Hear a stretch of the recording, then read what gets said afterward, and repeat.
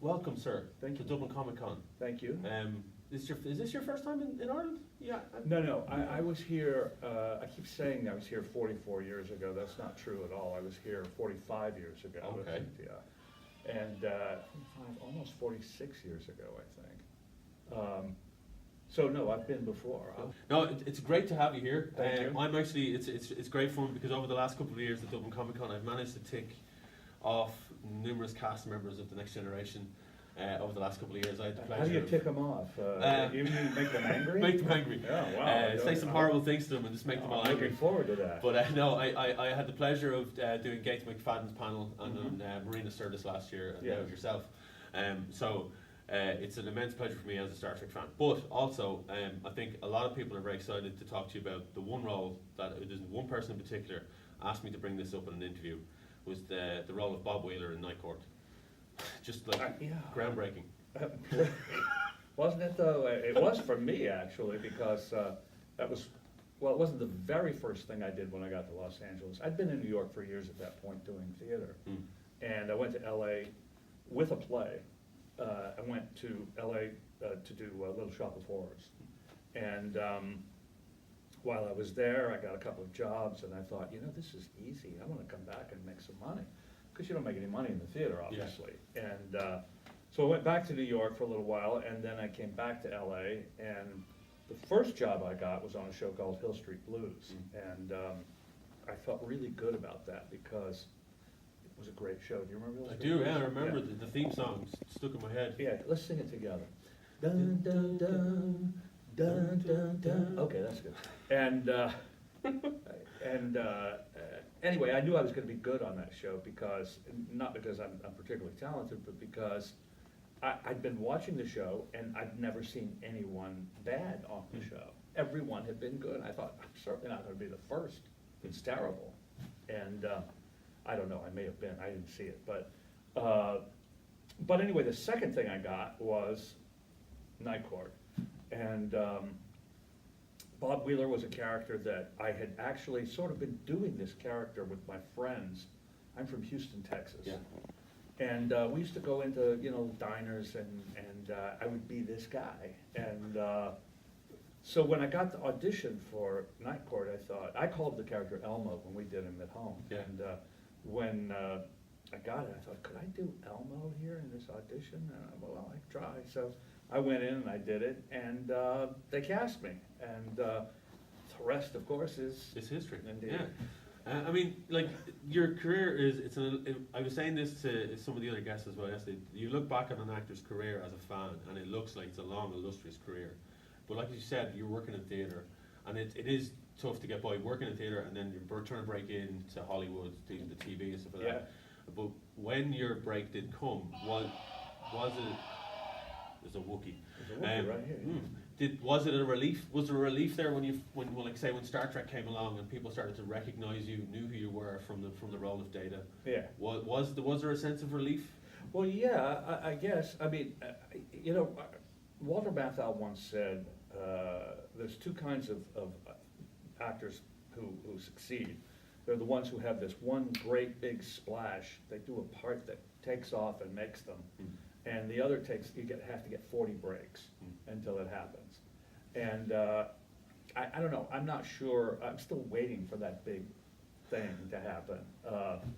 But Data certainly was the biggest break I'd had at that point. I mean, it had kind of started to work a little more steadily. And I was supposed to be a regular on Night Court the next year. Yeah. Because you did about 6 or 7. I did 6 of them. Yeah. It was a wonderful actress named Annie O'Donnell. I don't know where she's from, but she, I don't know where she is even, but she was terrific. And they liked our characters so much they said, next season I think we're going to bring you back, because the last episode we did, we bought the newsstand in the courthouse. Yeah. And so that was going to be a regular gig. And then I got Star Trek in the hiatus and had to decide which one shall I do. And I thought, well, I think Star Trek could be more interesting, and, at least at that, you know, for the moment. And, for sure. Yeah. Like I don't know if I answered your question. No, you did. No, perfectly okay. with regards to like you going from something like Star Trek and then moving on Yeah. to other shows that you've done and guest appearances on shows, you're now in a show called Outcast, Yeah. and Well, I'm not currently in. you're not currently, but no, but the show is here. It's only available here in Ireland to buy on DVD box set. So Is that right? It didn't come on? It didn't come on. We didn't get actual. It's not in syndication here yet. Huh. So we're very unlucky in that regard because it's a Robert Kirkman show. Yeah. So the creator of The Walking Dead. Yeah. It should have been picked up by everyone because I'm still watching season 1 myself. Oh, are you? So we haven't caught up with season 2. Well, just to tell you, I mean, it was on cable here, though, if you had a cable package. I think there's Sky Atlantic. You have to get that. Not Yeah, everyone has that. and it was on Fox on Sky Atlantic Yeah, or something. yeah. In America, it was on Cinemax. Yeah. I don't know if you get Cinemax We don't here. get Okay. Cinemax, no. Well, we get Cinemax, I mean, we have Cinemax in America, we don't get it, but we have it. And, because nobody watches it, Yeah. unfortunately.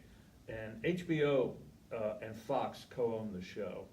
And HBO made the decision, should we put it on HBO, should we put it on Cinemax? And they thought, well, maybe we can build Cinemax with this Robert Kirkman show. Yeah.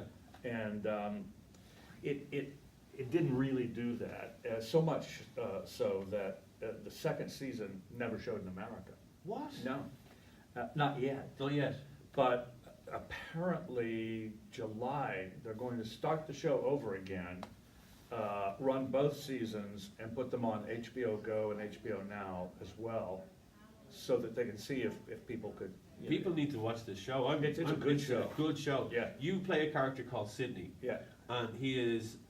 If people are used to your body of work and what they've seen you in before, he's very different to Yeah. a lot of the characters you've played. that's true.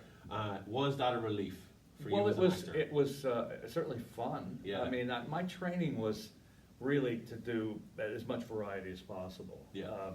And I kind of have, but my teacher, my sort of mentor, was my high school teacher, and then again in college. He went to college at the same time I did. There were several others, both the Quaid brothers, Randy and Dennis, were in our class, and wonderful actor named Trey Wilson, a wonderful talented guy named Tommy Shalami, who Tommy Shalhoub did The West Wing. West Wing. Yeah. He's now the president of the Directors Guild and does a million things. Yeah.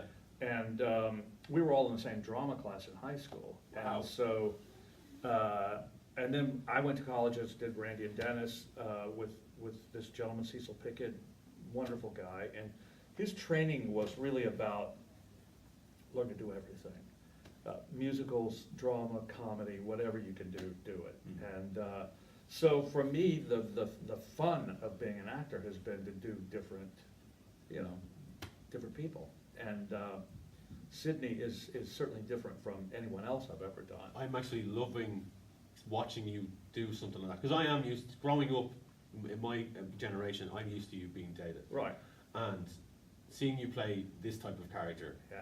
It's so different. Yeah. And it's so refreshing. And Oh, it's thank great. you. Well, And I've loved doing it, and I don't want to spoil it for you, Yeah. so I won't tell you where it goes or anything. well, I've read the but- comic, Yeah. so I have an idea where the comic goes. Yeah, I'm not So- sure where I go in the comic, Yeah. because I didn't read the comic. Yeah, so I won't spoil that for you if you ever want to delve into that. But Okay. we won't spoil it for each other. But All no, right. I highly recommend it because Outcast, the show, Yeah. is just as good as the comic, and the comic is fantastic. Yeah, it's really good, and the actors are fantastic on it, and it was a great bunch of people running the show, Yeah. and, Unbelievable cast. I didn't when I first started watching it to see Philip Glenister do it yeah, because he's an English actor and he was in shows like there's a show called Life on Mars Yeah. and Ash Dashes. He came from there, and to see him in an American show that was good as well. So I mean, and he's playing an American, and Yeah. he's terrific in the part. Phil's a great guy, I love him. Brent, thank you so much. This is just a Wayne. small snippet of what Brent's doing this weekend. We're going to have a panel later today. Just you wait. So it's going to be a lot of fun. So, folks, thanks very much. We'll talk to you later. He really ticked me off.